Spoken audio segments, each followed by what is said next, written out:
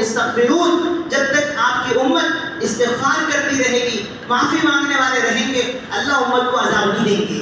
کانوا قلیلا من اللیل ما یہجعون وبالاسحار هم یستغفرون۔ آپ سورہ ذاریات اٹھا کے دیکھیں، صحابہ کا تعارف قرآن کہتا ہے کہ یہ رات کی تنہائیوں میں اٹھنے والے اور صبح سویرے ابھی صبح کی روشنی نہیں آئی اللہ سے معافی مانگنے والے۔ بزرگ، ہماری محنتوں میں سب سے زیادہ اس پر کوشش کی جاتی ہے اللہ سے خوب مانگو اسی سے جو دیتا ہے خوشی سے، نہ بولتا ہے کسی سے۔ یہ اللہ کی شان اور اس کی ذات ہے۔ ہمارے نبی نے ہمیں مانگنے کی ترغیب دی، اللہ کے نبی نے خود مانگا۔ آپ نے کسی صحابی کو دیکھا دعا مانگ رہے، کبھی کبھی آپ ان کی دعاؤں کے کلمات کو غور سے سنتے، اور حضور نے اپنے اللہ کو جو امت کے حق میں مانگا، اپنی ذات کے لیے اور اپنے عالم کے لیے اور پوری امت کے لیے جو دعائیں مانگی ہیں، آپ پڑھ کے دیکھیں، حسن حسین حضور کی دعاؤں کا مجموعہ ہے۔ الحزب العظم، کیا اللہ کی حضور کی زبان کے مبارک کلمات ہیں، ایک ایک دعا زمین و آسمان کے خیر کو بھر دے۔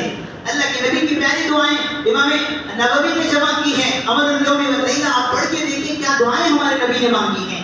ہمارے اکابر اہل اللہ کو ہم نے دیکھا ہے، وہ مجموع میں بات کرتے، تنہائیوں میں ان کی دعائیں اور تنہائیوں میں ان کے معمولات میں یہ کتابیں شامل تھی، صبح شام کے حضور کی دعائیں روزانہ وہ پڑھا کرتے۔ تو بہرحال ہمارے آقا نے ہمیں دعا مانگنے کا حکم دیا ہے، اور اللہ کے نبی نے خاص طور پہ دعا میں عافیت مانگنے کو کہا ہے۔ اور ایک بات اللہ کے نبی نے، لوگوں اللہ سے جنت مانگو، کیا مانگو؟ جنت مانگو۔ یہ نہ دیکھو ہمارے اعمال کیسے ہیں، اللہ کا فضل بہت بڑا ہے۔ جی اللہم مغفرتک اوسع من ذنوبی، اللہ تیری مغفرت میرے گناہوں سے زیادہ وسیع ہے۔ ورحمتک ارجع عندی من عملی، اللہ مجھے میرے عمل سے زیادہ تیری رحمت پر امید ہے۔ یہ ہمارے نبی نے دعا مانگی ہے۔ اللہ کے نبی نے ہمیں کہا جنت مانگو، اور اللہ سے جنت الفردوس مانگو۔ جنت الفردوس جس کے بارے میں اللہ نے اپنے ہاتھوں سے جس جنت کا درجہ بنایا ہے، اللہ سے اعلیٰ چیز مانگو۔ مانگنے والے اپنی صورت میں دیکھیں، دینے والے کی قدرت دیکھیں، اس کی بہت بڑی ذات ہے۔ اللہ سے جنت الفردوس مانگنے کا حکم ہے۔ اچھا، اب یہ جنت الفردوس کا وعدہ مانگنے والوں کو، لیکن اللہ کہہ رہے ہیں ان الذین آمنوا وعملوا الصالحات، دو چیزیں جن کے ساتھ جڑ گئی، ایمان ہے، عمل صالح ہے۔ اللہ کا وعدہ ہے کانت لہم جنات الفردوس نزلا، ان کی مہمانی اللہ جنت الفردوس سے کروائیں گے۔ یہ دو چیزوں پہ محنت کہ ایمان بن جائے اور اعمال صالحہ جس کی زندگی میں جڑ جائیں، اللہ وعدہ کر رہے ہیں کہ ان کو جنت الفردوس ہم مہمانی کے طور پہ دینے والے ہیں۔ ایک ہماری ان کاموں میں، ہماری محنتوں میں یہ دونوں چیزوں پہ کام ہو رہا ہے کہ اللہ کا بندہ اپنا ایمان مضبوط کرے، اپنا تعلق اللہ سے صحیح بنائے۔ ساری دنیا اسباب کو پکڑ رہی ہے، فلاں اتنا، فلاں اتنا، اور فلاں کے ساتھ یہ ہو رہا ہے۔ ہمیں یہ سکھایا جا رہا ہے وہ فلاں کے رب کو یاد کرو جس کے ہاتھوں میں سب کچھ ہے، جس کے بغیر دنیا کا کوئی ذرہ نہ عدم ہو سکتا، نہ معدوم ہو سکتا ہے، نہ موجود ہو سکتا ہے۔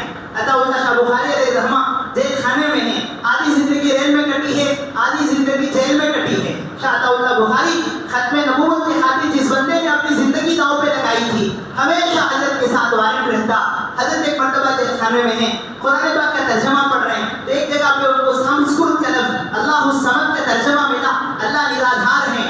تو وہ سمجھے نرادھار کا مطلب جو ذات کسی کے محتاج نہیں ہے۔ پنڈت مل کے اتفاق سے اچھے تھے وہ لوگ، ان سے پوچھا نرادھار کا مطلب کیا ہے؟ میں نے یہ سمجھا ہے، شاہ عطا اللہ بخاری کہتے ہیں کہ اللہ الصمد کا مطلب ہے اللہ نرادھار ہے، وہ کسی کے محتاج نہیں ہے۔ تو انہوں نے کہا مولانا صاحب آپ نے آدھا مطلب سمجھا ہے، نرادھار کا سامسکرت کا صحیح ترجمہ ہے وہ ذات جو کسی کا محتاج نہیں، ساری چیزیں اس کی محتاج ہیں۔ جانی بھائی سے اس کا ترجمہ بیٹھتا ہے، یہ الصمد کا ترجمہ انہوں نے بتایا۔ تو اللہ کی وہ شان کریمی ہے جو کسی کا محتاج نہیں، وہ ساری اس کے محتاج ہیں۔ یہ ہمارا دل اس پہ آ جائے اور ہمارا ایمان اس پہ آ جائے۔ جو بھی پھل اپنے درخت پہ لگ رہا ہے، پھول لگ رہا ہے، اور یہ دنیا سب چل رہی ہے، سائنس والے آسمانوں پہ اڑ رہے ہیں اور سائنس والوں کی نظر چیزوں پہ رک رہی ہے، ایمان والے کی نظر اس کے پیچھے جائے کہ اتنی بڑی چیز ہے تو یہ اس کا بنانے والا رب کتنا بڑا ہوگا۔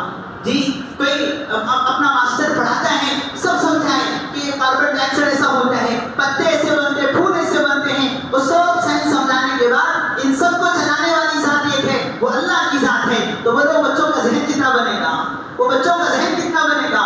کوئی ڈاکٹر وہ بیٹھ کے پوری دوائیاں لکھ رہا ہے، وہ سب لکھنے کے بعد اس سے کہا پرہیز یہ ہے، دوائی ایسے کھانا ہے، یہ سب برابر ہے۔ اذا مرضت فهو یشفین، اللہ کی ذات ہے، دوائیاں سبب ہیں، شفا دینے والی ذات اللہ کی ہے۔ ہمارا ڈاکٹر ایسا کچھ خیر وجود میں نہیں